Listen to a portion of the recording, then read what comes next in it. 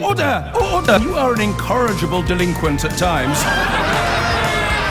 Behave yourself, man! Oh, crikey, all to play for. So I don't do this very often, but what do you think is going on? Farage has essentially said to Boris Johnson this morning that unless you abandon the withdrawal agreement upon which you are currently building your entire election campaign, we will put up our candidates who've paid £100 each to my company. Well, he didn't say that bit, but you know what I'm here for, to give you the information that I feel you should be receiving, in every single seat in the country. What's going on? I mean, unless... No, I got nothing. I got nothing, except Theo's slightly impenetrable smoking analogy. It literally feels he has to do something. They've got this party, they've taken all this money off all these people. They've got to do something. What are we going to do? Well, we'll threaten him that if he doesn't drop the deal upon which he called the election for this deal, right? This election is about this deal, full stop. Unless he abandons that, then we'll stand against him. And would they split enough of the vote, actually? Maybe we could do that on the phones. I don't know. But anyway, I've had a couple of calls from people who were waiting to contribute to the Donald Trump conversation. So we shall get those out of the way, out of courtesy, because we get people hanging on for so long. And then we'll move into this astonishing new chapter in post-truth or Brexit politics. James is in Islington. James, what would you like to say? Good afternoon, James. I must say I'm a regular listener to yourself and your colleagues as well. What I would say is, in regards to what you've been saying earlier on, I see obviously you and one of the previous callers have gone on about Trump being a racist. Now, I think that it's a bit far-fetched. He obviously has come out with things that are very stupid to say. However, what I will say in regards to that is, in regards to the ethnic minority employment rate in America, it's at a record low now. So, yeah, mate, the racism line is about telling people who were born in America to go back where they came from. So let's just park that and move on. I appreciate what you're saying. That, Good. In regards to actually the Trump and Farage interview last night, yes. I did listen to that, and I was quite impressed with what he had to say. Admittedly, obviously, but you already like him, and you don't think he's a racist.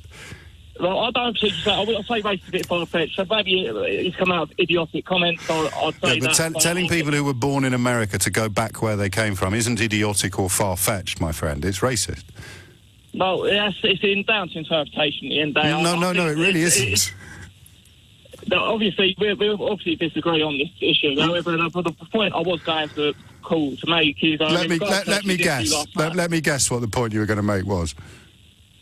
I think it was really bad for Jeremy Corbyn that Donald Trump criticised him, and good for Boris Johnson that he praised him.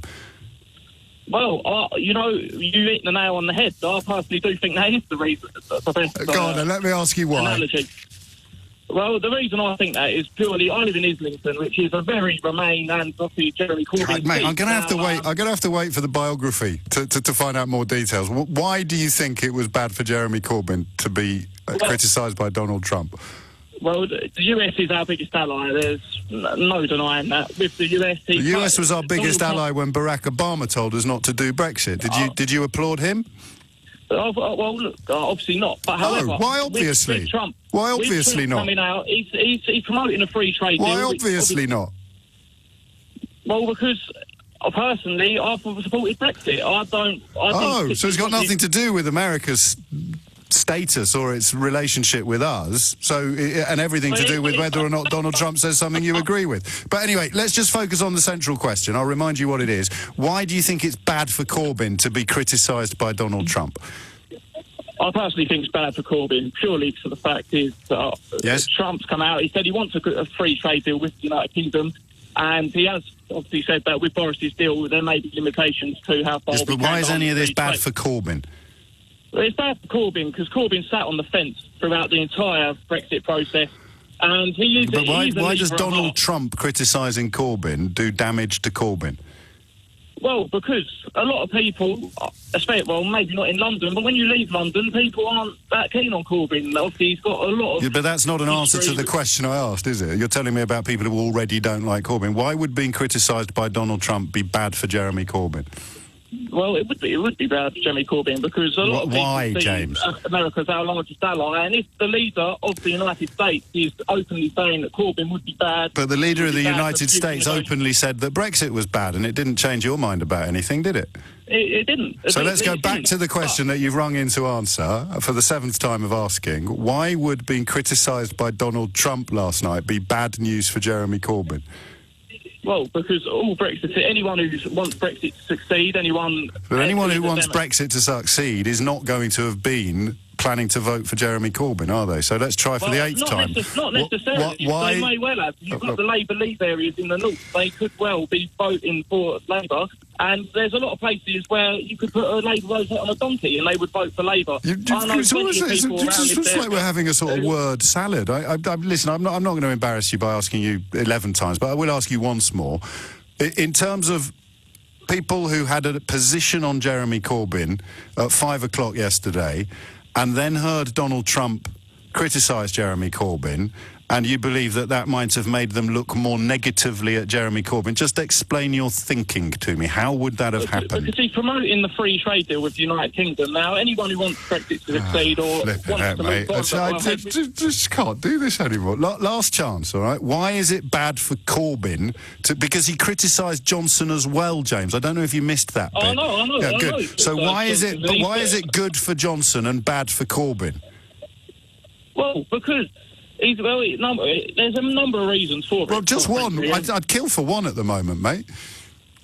Well, at the end of the day, Jeremy Corbyn could potentially become Prime Minister. Now, we want a good working relationship with our closest But he allies. criticised Johnson's deal as well. He criticised Johnson's deal as well. So how is that good for Johnson? He said Johnson is a great guy on numerous occasions. Yes, but he criticised the withdrawal agreement that the whole election was called about. So how can he be good for Johnson and bad for Corbyn?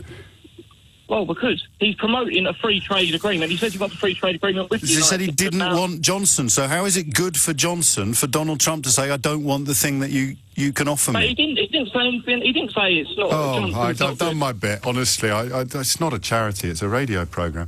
It's coming up to 12 minutes after 12. You stay safe, James, at the end of the day. Sean's in Aberafon. Aberafon. Hello, James. Aberafon. How are you, Sean? What's on your mind? I'm good, thanks. Right, for weeks now, this whole Brexit pact thing has been bugging me because I'm a maths person. I'm a numbers person.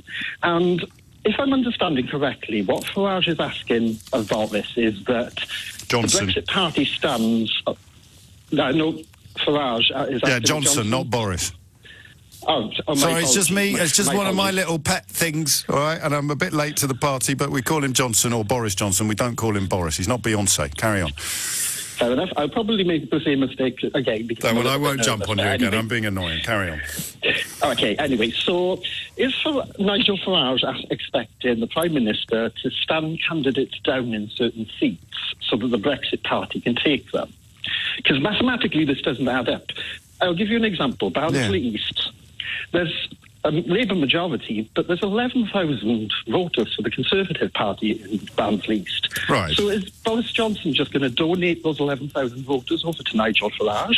And then are they naturally going to go over? Some of them going to abstain? Or some of them going to move back to Labour? Are they going to this is what would happen if Conservatives stood down in these constituencies.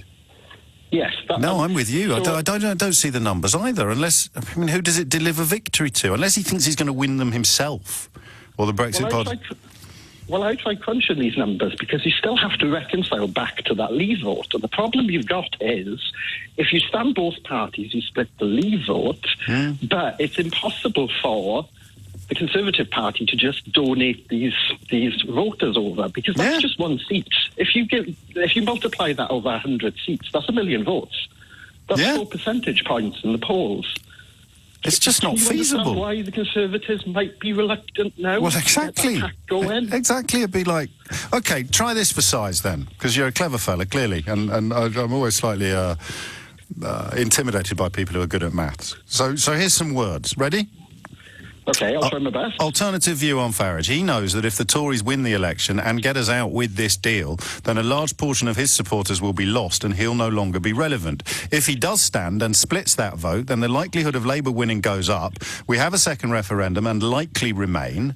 After that, there will inevitably be no shortage of angry Brexiters who can rally behind him again against Labour and against the Tories for not delivering and still against Europe for being those terrible baddies, and that will give him a platform to continue the Brexit Party into the next general election, plus he can keep his wage as a member of the European Parliament.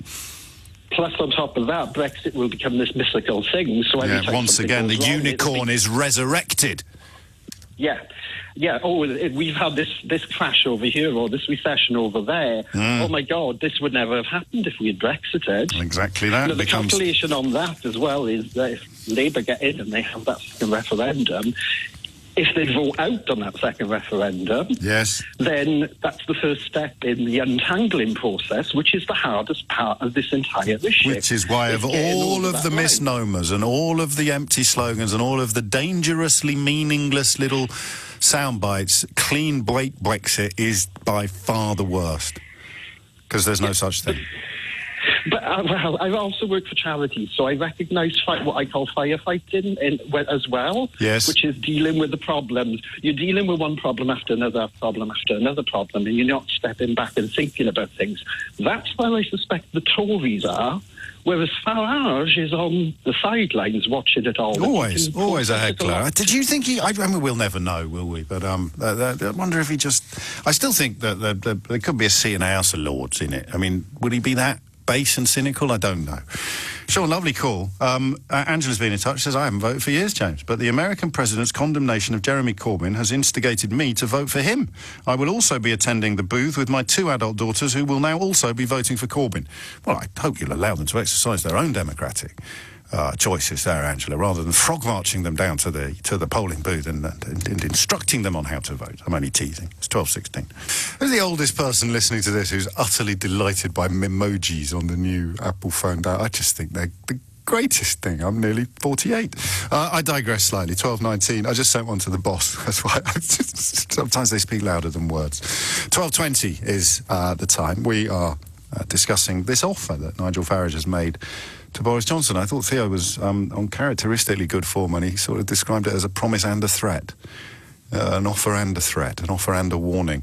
So drop the deal upon which you called an election.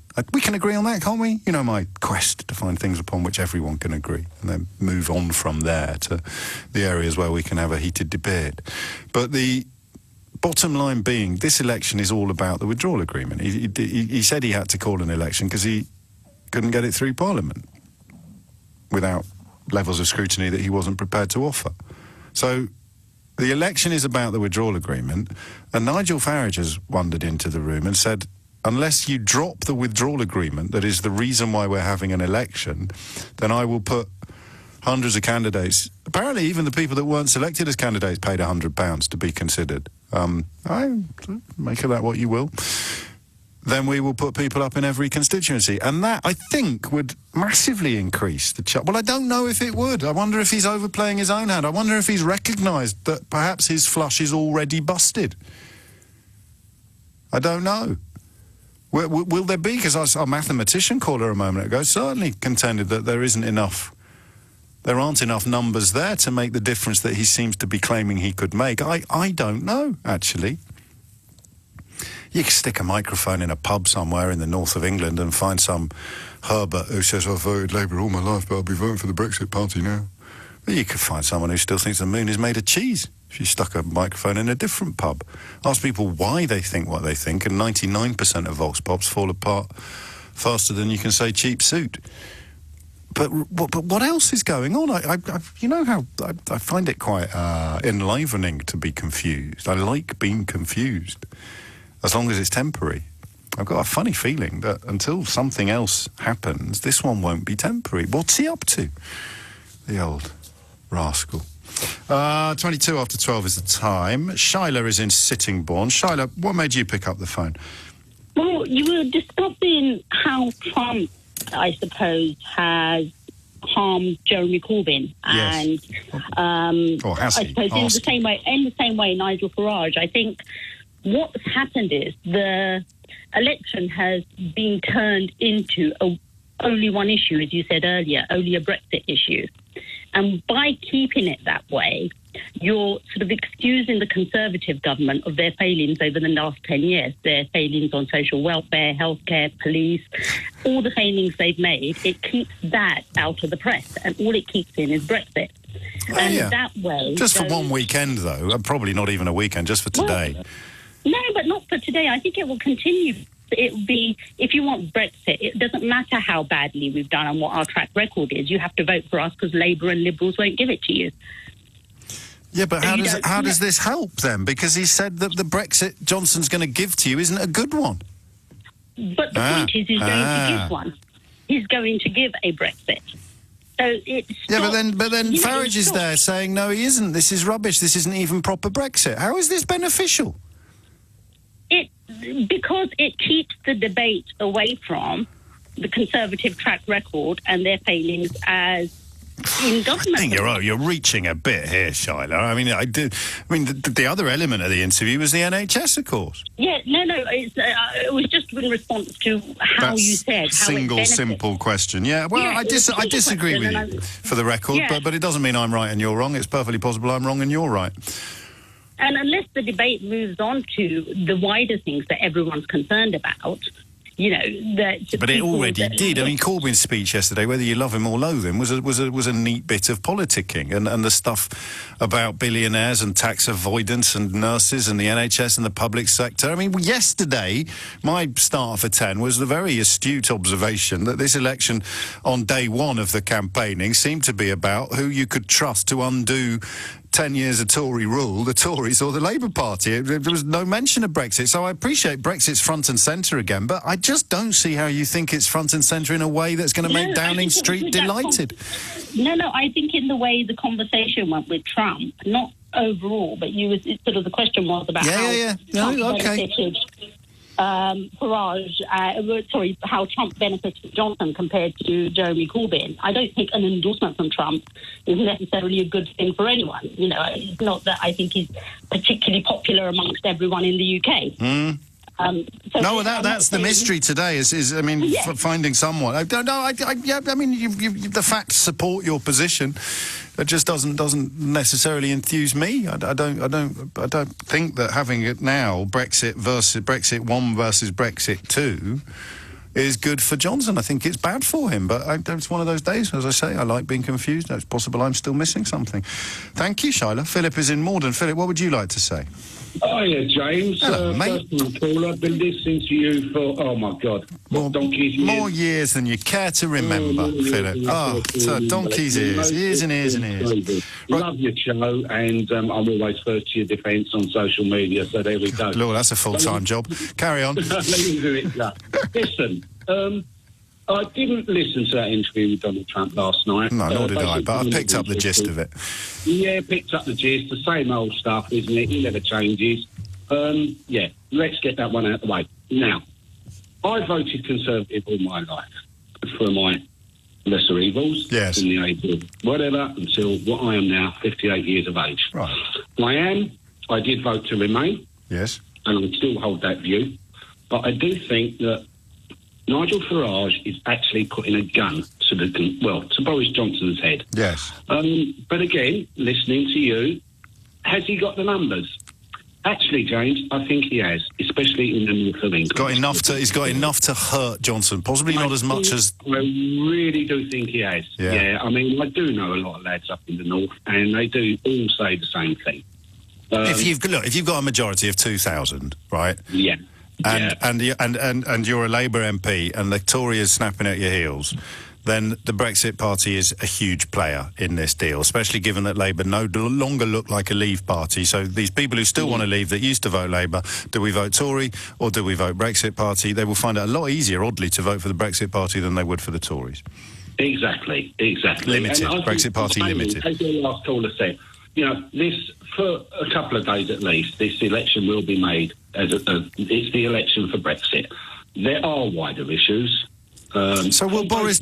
What will Boris do then? Will he blink? I don't think he will. I don't see how he can. And I just called him Boris. I'm falling into all my own traps today. It's your fault. You must be falling in love with him. I mean, I've got the same feelings about that man that you had. You know, he's got the balls of a polecat, but there you go. Nicely put. It depends on how desperate the Conservatives are to hold them to power. That's a good point, isn't it? And do you know what? I think Delphine in Brighton talking about narcissists, that something else has just occurred to me. You've got two men here, Johnson and Farage, whose entire lives have been dedicated entirely to self-gratification. Everything they've ever done has been about themselves. They masquerade very effectively as caring about the country or caring about other people, but even a cursory glance at their CVs will reveal self-interest on a weapons-grade level that most of us can't even contemplate. So at one point, one of them has to crumble. And it could end up being both of them. Because they can't. You've got two completely self-interested individuals ostensibly pursuing the same goal, but they can't pursue the same goal because then the spoils will either be shared or they'll go to the other bloke. So Farage, do you think he'd rather remain in the European Union than watch Boris Johnson be the king of Brexit? Do you know, in a perverse way, I think he actually would. I do too now, but I could... I really do. You know, he's... I don't want to sound too derogatory, but he's a bit like a used car salesman, isn't he? Yeah. You know, that's nowhere near derogatory enough. Well, no, it's not. And some of my best friends are used car salesmen.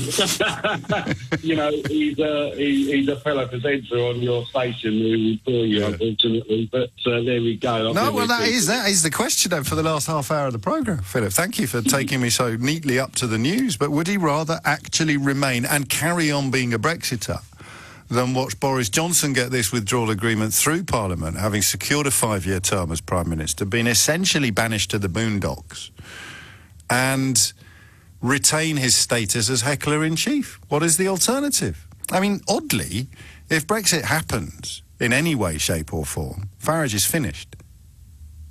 Maybe that prospect is what has spooked him the most. I don't know. Thinking out loud, happy to be wrong. Happy to be right. But just a little intervention. Apologies if this is a little bit niche, but the journalist Isabel Hardman has just tweeted something about I can't really say journalist anymore. I wonder what the word is. I suppose we go with vile bigot, Rod Liddell, and his latest attack on Muslim people in the Spectator magazine. Isabel, I think, is deputy editor over there. She's just tweeted this. It's remarkable how rare this sort of courage and principle is in British journalism at the moment. I want to make clear that I profoundly disagree with and I'm hugely upset by Rod Liddell's piece. I have nothing to do with pieces that go into the magazine, other than the ones I write myself, but do not want anyone to think I somehow agree what he has said about Muslims voting, and I do not believe they are funny or worth writing. Similarly, I know personally just how strong and brave survivors of domestic abuse are, and Rosie Duffield is one of the finest among us. I will, because Liddell's article also heaped abuse on the domestic abuse survivor and MP Rosie Duffield. I will continue to do everything I can to improve the way domestic abuse victims are treated by our society and government, regardless of what other people write. I am grateful that The Spectator gives me the platform to do this, and I hope in time to convince others to agree with me too. Spectator, of course, a lot of jip being directed at the editor today, Fraser Nelson, over this disgusting piece that Rod Liddell has written. But, of course, organ grinders always more important in these contexts. And the publisher of I'm going to go all Colin Rooney now. The publisher of The Spectator is, of course, the scrupulously impartial BBC presenter Andrew Neil. On the other hand, Naga Manchetti. 12:37 is the time. Shams is in Utrecht. Shams, what would you like to say? Oh, well, I'm back in the city now. That was quick. That was the last time I called you. Oh, I see. I thought we'd had you on hold for long enough to get back from the Hook of Holland. I thought, we keep people on hold for quite a long time, but that would be a new record. What's on your mind, my friend? Well, 55 minutes I have actually been on hold for this call. I know. You're very intelligent and erudite callers. I'm just here to provide the balance. Go on. Okay. I think Farage has played a very shrewd move. This is the opening gambit. Don't sort the phone line out. You can't be kept hanging around for an hour and then not get to contribute because your phone line's gone funny. Try again. I don't know what happened then. Can you hear me now? That is a little better. Quickly. Farage has played a very shrewd move. I think this is his open gambit for the coalition with... he hasn't got any MPs. Well, but the fact is, it started the debate, and we know that our current Prime Minister would chew his own leg off in order to stay in power. Yes. We're spending too much time concentrating on what our opposition are doing. We should be concentrating on the tactics that we need to employ to counter this. Yeah, we will, but today it's all about Trump and Farage and Johnson. It's not, it's just gravity. It's not an editorial decision. It's the matter of what's new and what isn't new. James, I've been listening to you for 16 years. I know, friend. mate. I know. Makes me old. Makes me feel old. You're famous. I won't tell people why, because I sense you get embarrassed when I tell that story. Yeah, all right, let's not go there. But the fact is, we spend too much time looking at our own navels, gazing at what the opposition are likely to do. We need to come up with our own tactics. It's like playing football. Study your opposition, but you must have something in your... Look, next week I'll do a phone-in about Labour, Lib Dem infighting and what they should be doing and Remain coalitions and all that kind of malarkey, but today we're doing this. I think today it's also very important that we do discuss that. I want you intellectual listeners to help me decide who am I going to vote for in the next election. How do I vote? How do I ensure, as a Remainer, that we limit the damage that Farage and Johnson can actually inflict on this country? Well, I don't know, mate. You could just sit still and watch them inflict damage on each other. That's kind of why we're talking about what we're talking about today. But yeah, you're right. I think there's Joe Swinson, Labour, Owen Jones having a crack at Joe Swinson. That just doesn't seem to me to be a very obvious path towards a resolution with which Remainers could be happy. But briefly, why do you see this as a shrewd move by Farage? This will get it into the conscious and in the psyche, like everything. It's that, as you say, the gaslighted, the initial foray. But Johnson can't abandon his deal. The whole election is about the deal. It may not even be about abandoning the deal. It will be about combining forces. The fact that if you get Farage and Johnson, then that does create a very powerful force for the Leavers. That's my concern. No, but they can't get into bed with... I'd love this. I think we're going to call it Delphine's overarching theory of Brexit, which is that once two narcissists are fighting over the same dinner, it can never end well, arguably for either of them. But Shams, thank you. Ainsley's in Gibraltar. Ainsley, first of all, may I apologise for the United Kingdom completely failing to properly cover the Gibraltese or the Gibraltarian situation during all of these Brexit shenanigans. You lot must feel a bit like people in Northern Ireland and Scotland have felt for the last 30 years. Well, I think even less than Northern Ireland. That's at least been a news piece for the last I take years. it back. Yeah, absolutely right. So my apologies. Yeah, the impacts. No, not at all. I was listening to what you were saying earlier about Farage going through the looking glass and potentially not wanting Brexit to happen because it gives him relevance. Yeah. And maybe a couple of years completely disagree with it because I just wouldn't have believed it possible. No, same here. We've reached this weird situation where, Farage has gone from calling the Ben Act a surrender act to then criticising the EU because they're trying to override the Ben Act. He's gone from wanting that's right. He did, didn't he? That was quite sweet, actually. He's gone from wanting Brexit done immediately to calling for an extension. He's gone from promoting the Norway-Switzerland option to claiming that he wanted to leave with no deal all along. I suspect today he's probably started trying to resurrect the Article 24 guff because he's so desperate for material. But we are where we are. He said we wanted a unified approach with Conservatives on the general election, and now he's saying that he's going to put someone in every seat or every part of the UK. He knows that Johnson can't abandon the deal, so he's asking for the impossible. So there's only one option left open to him, which is to stand against them. He's going to split the vote. He could potentially ruin the Brexit vote for them. It seems as though it's almost like become a self-emulating policy, and maybe that's what he wants deep down. Maybe it gives him relevance in the future rather than just becoming a man in a pub talking about how important he used to be. Yes. Well, that is his fear, obviously, isn't it? Or even a man on the radio talking about how important he used to be. Yeah, he earns a lot of money by being the voice against Brexit, and if it gets done, or if it gets abandoned, if it disappears, then he's a nobody, like he used to be. And these little phone calls with Trump, I don't think he'd be on speed dial anymore. Well, who knows? They could end up living in the same retirement home in Florida. It's 12:43. You're listening to James O'Brien on LBC. I'm exactly the same as Ainsley. If you told me a couple of years ago, I'd say I think Farage will end up wanting to remain in order to stay relevant and important. Is he going to get on Question Time ever again if we actually do leave under Boris Johnson's withdrawal agreement? Who is he? What does he... But, of course, who knows? Who knows? Fergal's in Putney. Fergal, what would you like to say? Hi, how you doing? I listened to the interview last night. Yeah. And two things that really struck me is Trump wants to break up Europe. It's crystal clear, and supporting Johnson and Farage is the best thing he could do. I'd go further. I'd say Putin wants to break up Trump and wants to break up Europe, and Trump is his proxy. They're working hand in hand. But the other thing that really struck me that nobody's mentioned is that Trump once mentioned the environment in this whole speech yesterday, and that was about Prince Charles. This is a guy who's pulling the US out of the climate agreement. He's pro-oil and gas. Farage, he's got nothing on the environment, and Johnson is just as bad. So the three of them together is going to be the breakup of Europe. But how do you see them? Because I think that this is a split. I think Trump, oddly, and we kind of happened upon this before Farage's intervention today, he'd driven a wedge between them because of his criticism of the withdrawal agreement. Which I don't currently see how Johnson can abandon that withdrawal agreement, and I don't really think Farage expects him to, which leads us back to the what's he up to question, and the answer to that is doing whatever he has to do to stay on the telly.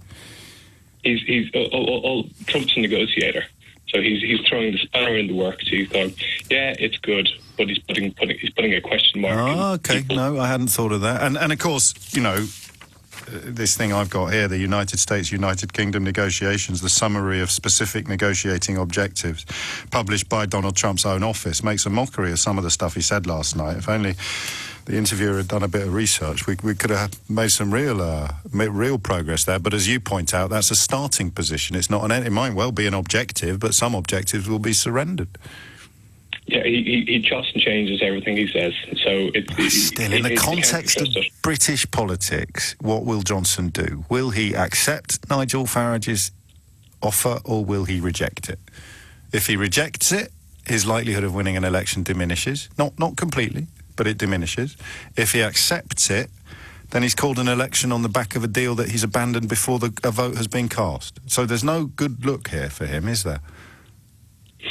There's no good look. This is an election that nobody's wanted, and it's been forced upon us, and the knives are getting. It is. I mean, it is just a mess, and as ever with Brexit, the reason why it's a mess is that Brexit was a really stupid thing to do, and all of the people that told you to do it are not prepared, or not all of them, but most of the people who told you it was going to be brilliant are not prepared to admit yet that they made a terrible boo-boo. So you end up now in a situation where the two most prominent Brexiters in the country, Boris Johnson and Nigel Farage, are apparently at loggerheads over what Brexit actually is. Even having predicted this moment for 3.5 years, I still can't quite believe we've ended up here. Now they're arguing. I told you 6 months ago to start the clock until Farage started accusing Boris Johnson of not being sufficiently Brexity.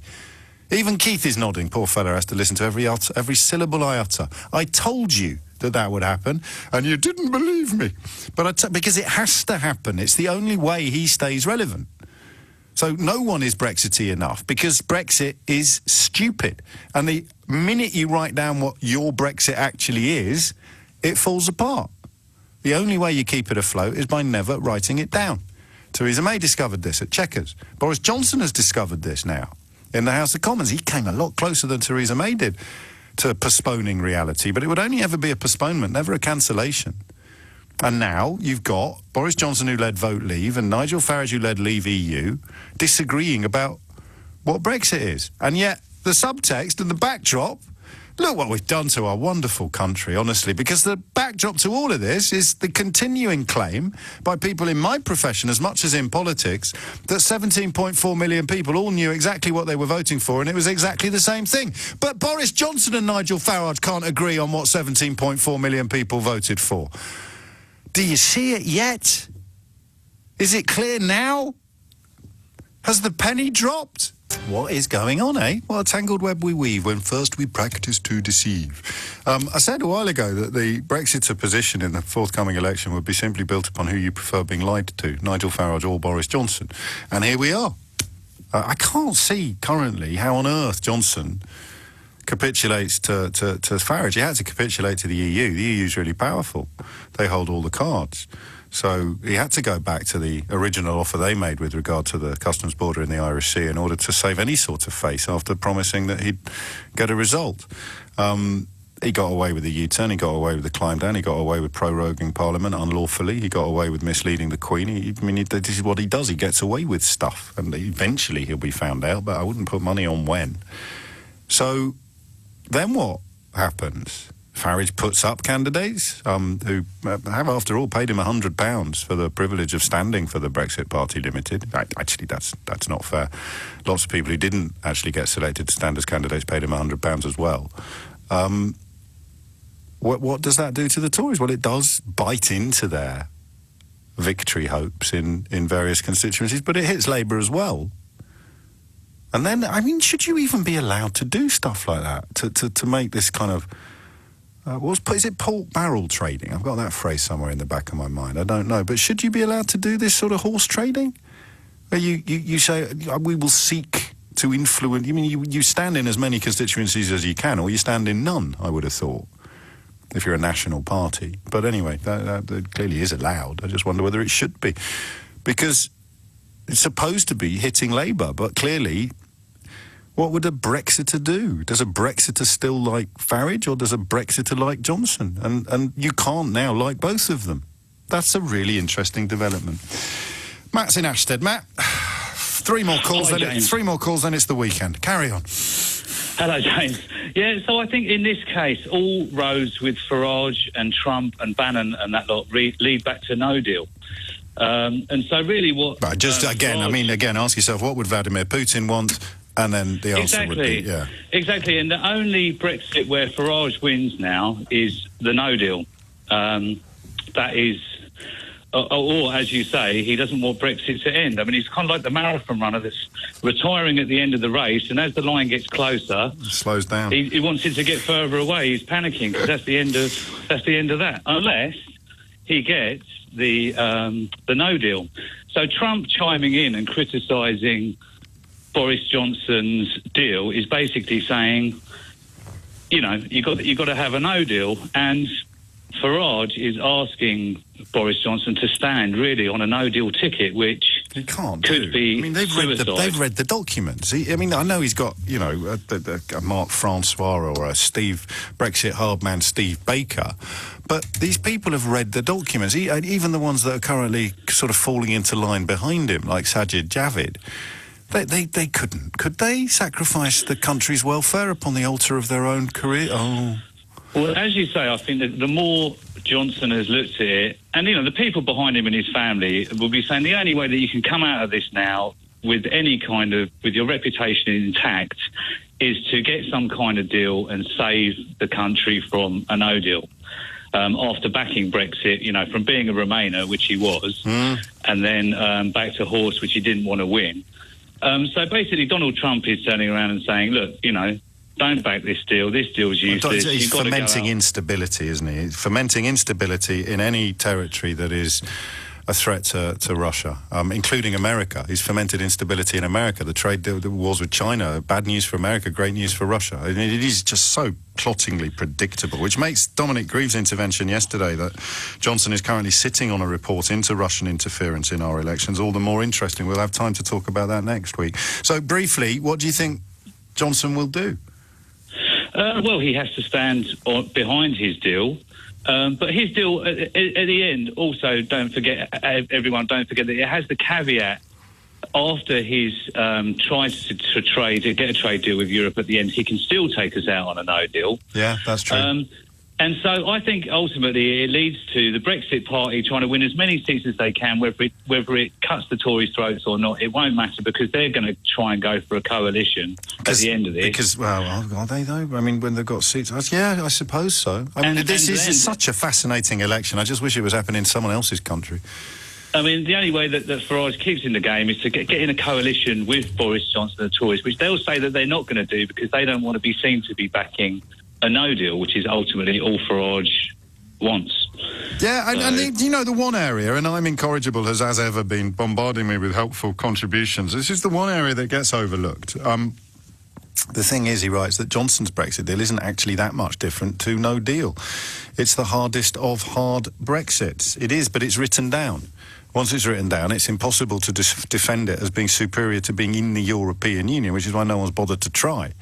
But, of course, it is now written down, which means that Farage can find things in it he doesn't like while not actually offering a written-down deal of his own by way of an alternative. Because the minute you write it down, come on, class, the minute you write it down, it falls apart, sir. Thank you very much. David is in Brighton with the last word of the week before we hand over the baton of chat to Sheila Fogarty. David, what would you like to say? Thanks, James. I really like that analogy your last caller made about Nigel Farage as a marathon runner, his last marathon coming to the tape, and he hates the idea this is him out of the game. He just wants the tape to go further and further away. Anyway, the reason why I called, I think it's your previous caller talking about this is more about America, talking now about Trump and his call yesterday. This is about America and the EU rather than Brexit. We're in danger of a bit of navel-gazing here. Yes. If you could summarise Trump up in two words, it's America first, and the biggest competitor as a trading bloc is Europe, which is bigger. Yeah, so make Europe weaker. I disagree with you about that. I think I'd put Russia there, not America, but because he's happy to harm America's commercial interests. There's great research into the impact that his policies have had on farmers, and indeed that his tax cuts have had on people as well. But it doesn't matter. This is a rhetorical disagreement. I take your point. I mean, if you heard his speech, the interview yesterday, if you heard the whole thing, he made a big point of talking about America being far bigger than China as the global economic greatest power. Right. He knows that Europe is bigger. Without Britain, it would be smaller. Anyway, point I wanted to make. Well, we're out of time, actually. I think you've made it. You made it really well. All right. Be kind to yourself, David. Give yourself a break. That was a really good point. I had Sheila Fogarty chuckling away in the background. You know why? Every time I hear the word China in a conversation about Donald Trump, China. My girls tell me off for that. China. Carry on. Thank you very much indeed.